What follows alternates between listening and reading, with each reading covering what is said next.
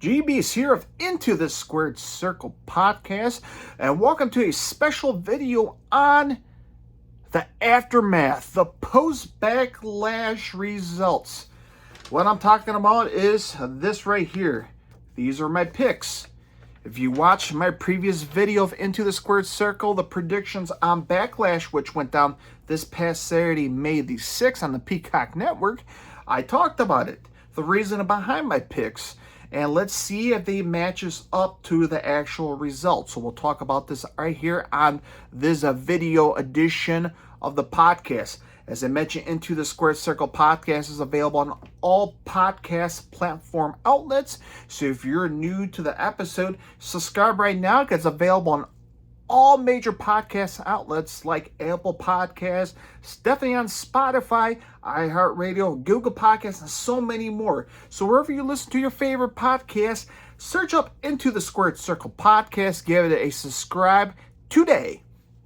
And of course, right here on this YouTube page, give me a subscribe, give me a like, hit the bell button so you never miss a video each and every time I post it up right here on YouTube, of course. And as always, thank you so much for watching, of course. So without further ado, let's get on with the YouTube experience talking about WWE Backlash. And let's see if my predictions right here are right or wrong. Let's talk about WWE Backlash that went down this past Saturday, May the 6th of 2023. Let's see if my predictions are right here. If you're hearing on the podcast, there's a piece of paper. If you're watching on YouTube, you can see the physical paper right here. Let's see if my predictions are right. Let's see if they are wrong. So far, I've been doing pretty decent, minus WrestleMania. Obviously, it's 2 nights, more matches. Mania has more risk to it. Mania is a little more gamble. But when it comes to short pay-per-views like these with smaller matches, there's a better chances of me getting better results. Hopefully yours is all right as well. So let's talk about it. WWE live in Puerto Rico this past May 6th. In San Juan, Puerto Rico to be exact. Also was live on the Peacock Network, of course. The show kicks off with the WWE Raw Women's Champion Bianca Belair versus Io Sky. By the way, let me know, folks, if you're watching on YouTube right now, leave it in the comments section, of course. Let me know which matches you did enjoy so far and which one you didn't. And which match on the pay-per-view did you enjoy the most. Also on the podcast as well, you can join me on YouTube. Also join me on Facebook, Instagram, and Twitter, Into the Squared Circle Podcast. And let me know via through there or send me a DM and let me know what you guys think about the pay-per-view in general. Or not pay-per-view, premium live event.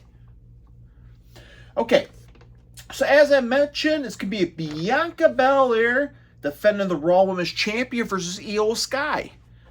I tell you what, folks, it was a hell of a match.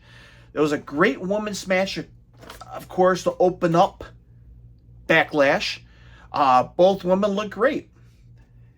My predictions, I put Bianca Belair because the reason is she is the star, the women's star, and the title belongs around her waist. Again, nothing against Io Sky because she proved in this opening match that she can do an awesome match one-on-one with Bianca Belair. And she proved it. She put on a war with Bianca. Hell, even the Puerto Rico crowd was going for Io Sky. That's impressive right there. Fans weren't going for Bianca. Fans were going for Io Sky. They were chanting for her. And I tell you what, she put on a hell of a performance against Bianca. Excellent match. If I gave this a star rating, I'd give this a 4-star match because it was a hell of a women's opening match.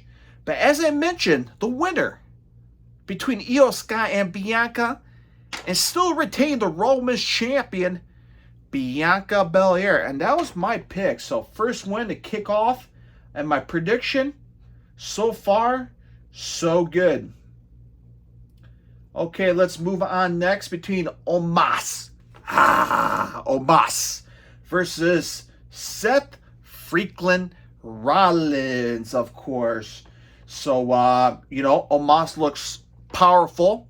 He looks like a beast in the match, of course, if you watch the match. And eventually Rollins bounced back. He bounced back.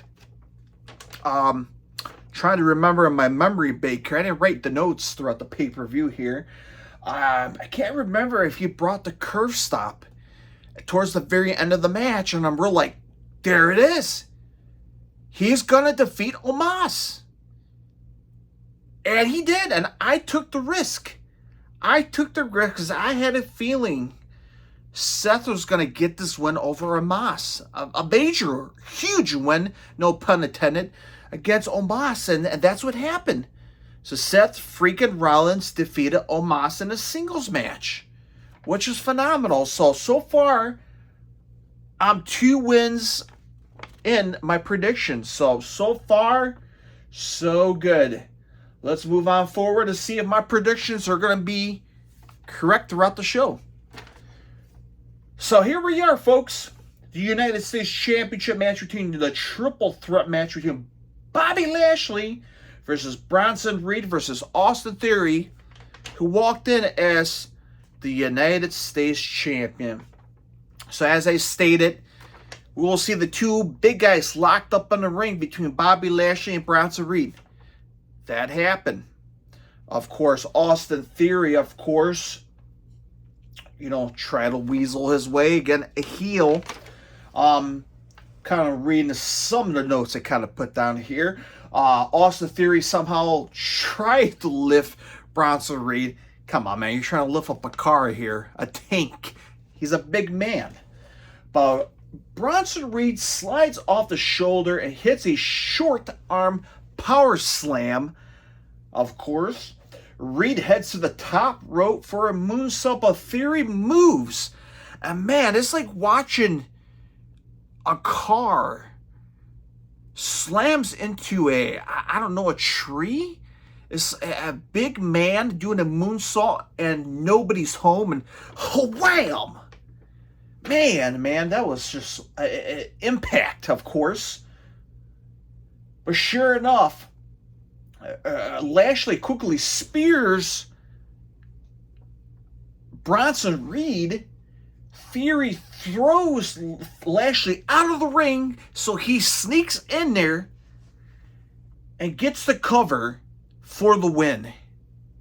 So as I mentioned, Austin Theory slivered his way in, but my heart told me to go for Austin Theory, but my brain told me to go for Bobby Lashley, and I stuck with the Bobby Lashley. And I should have stuck with my gut, should have stuck with my heart and picked Austin Theory. And I got this one wrong. So I am 2-1 in my predictions here.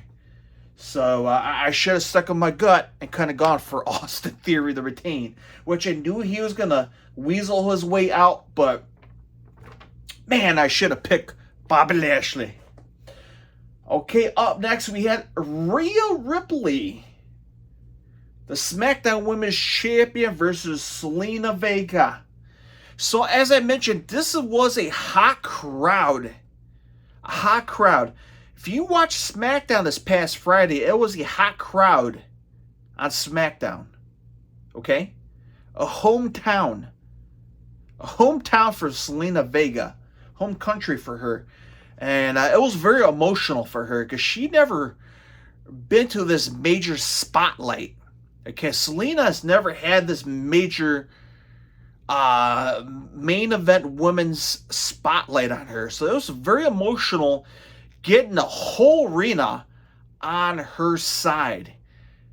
And it was powerful, man. I enjoyed it. I enjoyed the crowd going behind Zelina's side. It was very emotional for her because she was crying. She was crying. She was emotional, but she had to suck it up because she had to go to war against Zelina Vega. And what it made it special for her is Zelina had her family ringside watching her, which makes it more extra special. And I tell you, both women went to war. Selena, she poured her heart and guts out in this match. But man, oh man, Rhea Ripley, if Selena was here, Rhea Ripley was the next step above her. She was one step ahead of her. As Selena Vega, after all the emotions and her family watching, she fell short. She fell short. Eventually, Rhea Ripley brought out the Riptide and the end of the match very quickly like this. Snap of a finger. And Selena Vega, she lost the match. And fans were disappointed. And Rhea Ripley ran out of there really quick with the title before she would get just get malted by the fans of Puerto Rico, because they're very passionate with their homegrown talent, which is Selena Vega is one of them, and Bad Bunny as well, because he's like a god down in Puerto Rico, which we'll talk about shortly. So Rhea Ripley retains the championship, but Selena fell short. Selena Vega fell short in her hometown country, in front of her fans and in front of her family. But WWE allowed extra time to have her and her fans connect. The fans appreciated her. The crowd loved her, and it was just her in the ring crying, and the fans were just singing and clapping. Despite her losing in this match, it was a great moment, a great heartfelt moment. Even though she didn't win this match, and she probably will never ever experience this style or this moment, maybe never again. But I could be wrong. But in the home country of Puerto Rico, and in this style of a caliber main event women's match, she might not get this women's championship match again. Who knows? Maybe she'll get a rematch in the near future. But in this very moment, it's probably going to be a while until Selena gets this moment. So it was a great moment, despite her losing. But again, let me know what you guys think in the comment section on YouTube or on the podcast, Into the Squared Circle podcast on Facebook, Instagram, and Twitter. Let me know what you guys thought about this match. It was a hell of a match, of course. But my predictions, I picked. Looking here is Rhea Ripley. I picked Rhea Ripley. Yes, I picked Rhea Ripley. So I'm blind here. I can't read. So I am, let's see, 3-1 in so far. So not too bad. Not too bad. Let's move on forward here. Let's move on forward to the next match here. As I mentioned, homegrown from Puerto Rico, Bad Bunny. Bad Bunny versus Damian Priest in a San Juan street fight. I will tell you this. This was a very entertaining match. I'll explain to you why. It's entertaining because Bad Bunny obviously is one of the major music stars in the world. Okay, the guy is hung out with celebrities, sports stars, been to headline Coachella, as they mentioned on the program, been to the Met Gala. None of that crap don't mean too much to me, because I don't get into that stuff. But I'm very well aware that he is a major music star. Okay, and for a major music star like him, again, like Snoop Dogg, who's a national treasure. You saw him trying to do that elbow drop in WrestleMania. He was trying to be very careful, of course, trying not to pull a Shane McMahon and pull a torn quad. But for a major superstar taking bumps like that as a celebrity, that's impressive. And mad respects and mad props to Bad Bunny. And I know there are fans that doesn't like his music, and that's okay. And I'm not a big fan of that style of music as well. Okay? You can tell it by my t-shirt if you're watching on YouTube. But mad respects to him because, be honest with you, he doesn't have to do this. Damian Priest could just lay down for him. Or Bad Bunny just could have somebody filled in for him, like Damian Priest versus Rey Mysterio representing for Bad Bunny. You know, he could do that. But Bad Bunny chose to get physical in the match. If you watch the match, he took bumps. The way Damian Priest lifted him and slammed him to the ground, the way he whipped him like a rag doll, of course.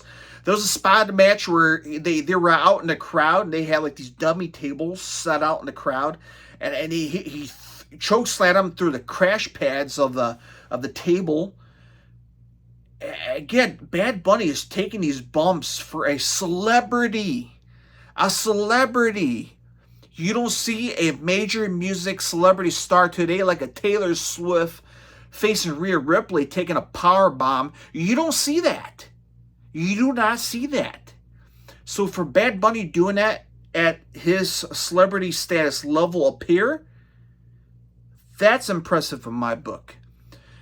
And for a celebrity who's a non-wrestler, okay, who never been to the indie scenes, who never bust their ass for 20, 30 plus years in the indie scene, getting into the WWE, who has very little wrestling minimal skills, that's a celebrity that comes into the WWE.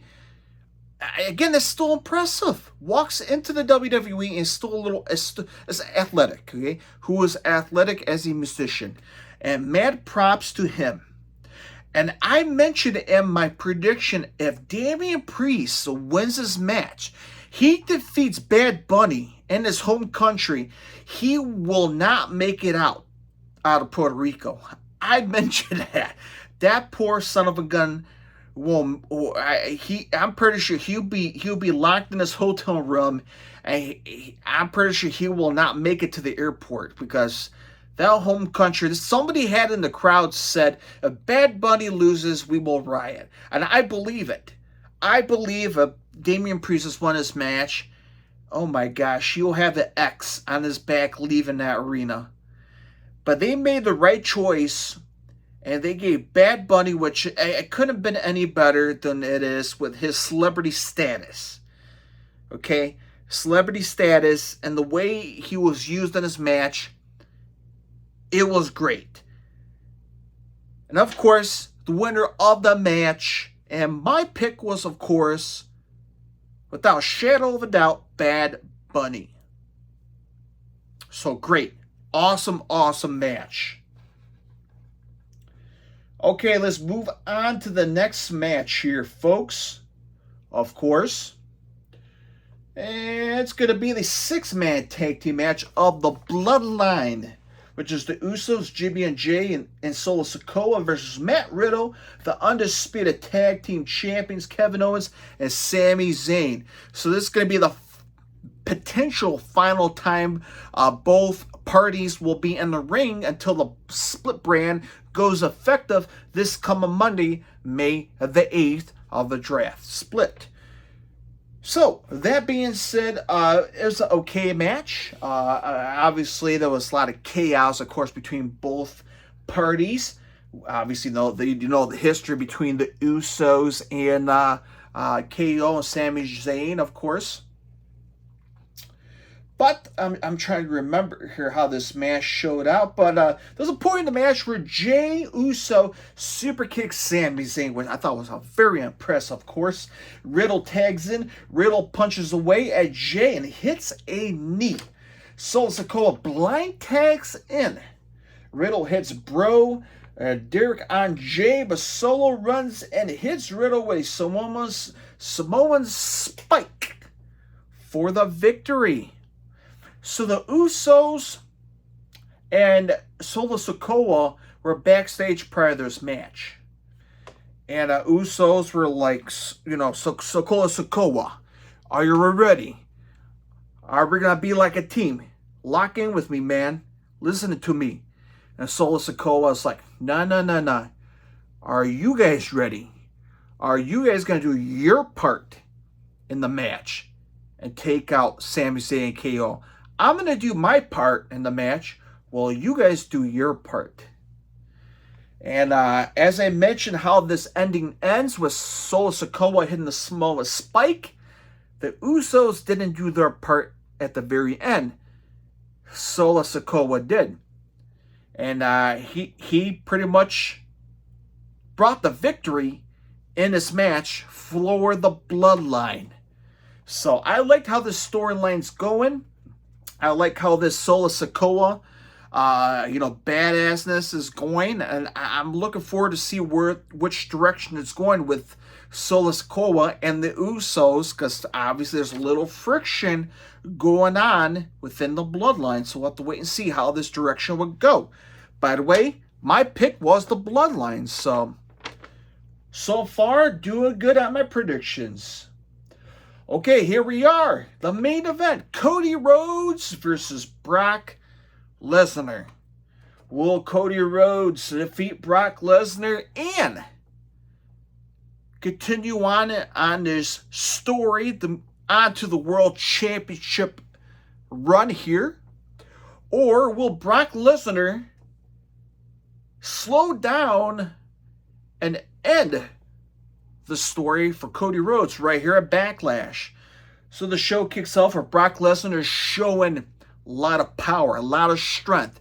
Obviously, he's the beast incarnate. Cody Rhodes trying to fight back. There's a lot of, he's trying to get the momentum back from Brock Lesnar. There was a spot in the match where Cody turned the turnbuckle, ripped the turnbuckle off, the padding, took the padding off, threw Brock head straight into the exposed turnbuckle. Brock was bleeding over at his forehead. Fans were speculating that was a planned spot for juice. Of course, obviously it was an unplanned spot. I guess Brock legitimately cut himself from the exposed turnbuckle, of course, in that spot. So he was really bleeding.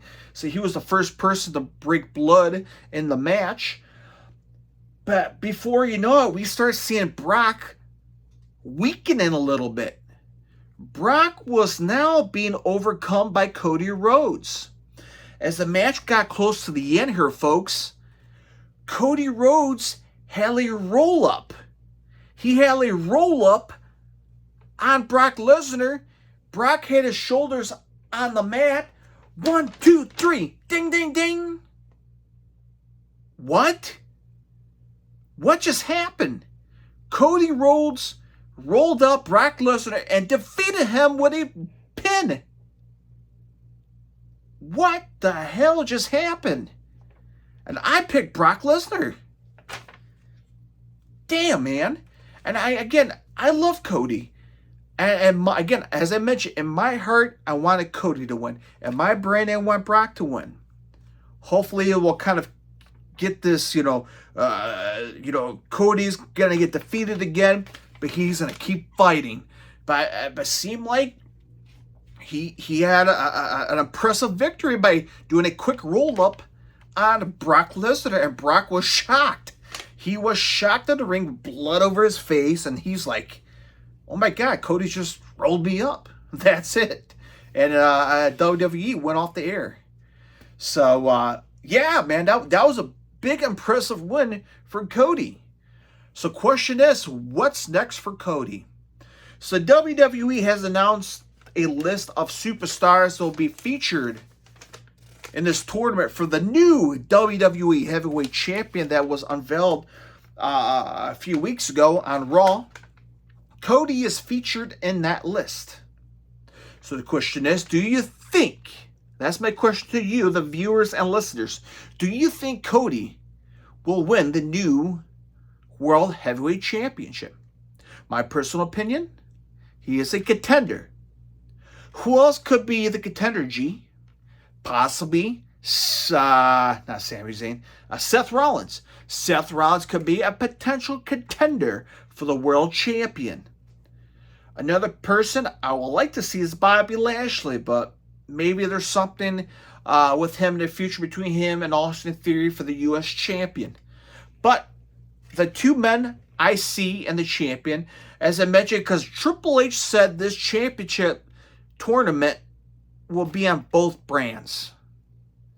Even though the Undisputed Champion is dedicated to SmackDown, so I don't know what the hell's going on this whole draft here, but that's what the plan is. Maybe that's where the story begins and continues to grow for Cody Rhodes. We'll have to wait and see how that goes. Okay, my friends, that's my review of post WWE Backlash this past Saturday, May 6th. My predictions. There were 7 matches on the card. I got 2 wrong. So 5 out of 2. That's not bad. 5 out of 2 is not too bad. Right here are my predictions. Okay, my friends. If you watch on YouTube and you enjoyed this video, give me a subscribe, give me a thumbs up. Leave me a comment section. Let me know what you thought about the paper or premium live event. Keep getting that wrong. Let me know in the comment section what match you enjoyed, your thoughts about the pay-per-view. And follow me on my social media platforms on Facebook, Twitter, Twitch, Instagram, or right here on YouTube. Follow me on my podcast outlets. Into the Squared Circle podcast, which is on Apple Podcasts, Spotify, iHeartRadio, Google Podcasts, and so many more. And give me a subscribe today. Also, I'm available, if you read my t-shirt right here, Cannibal Corpse. I'm a big fan of hard rock and heavy metal and rock and roll. If you're a fan of rock and roll, check out my other podcasts and YouTube, A Lesson and Headbanging Podcast with GBs, updated weekly, talk about all things rock and roll. Give me subscribe right over there as well. So until next time, my friends, love one each other, take care of one each other, as Ian, Rick, and Bonnie will say, happy wrestling. Till next time, my friends, bye-bye.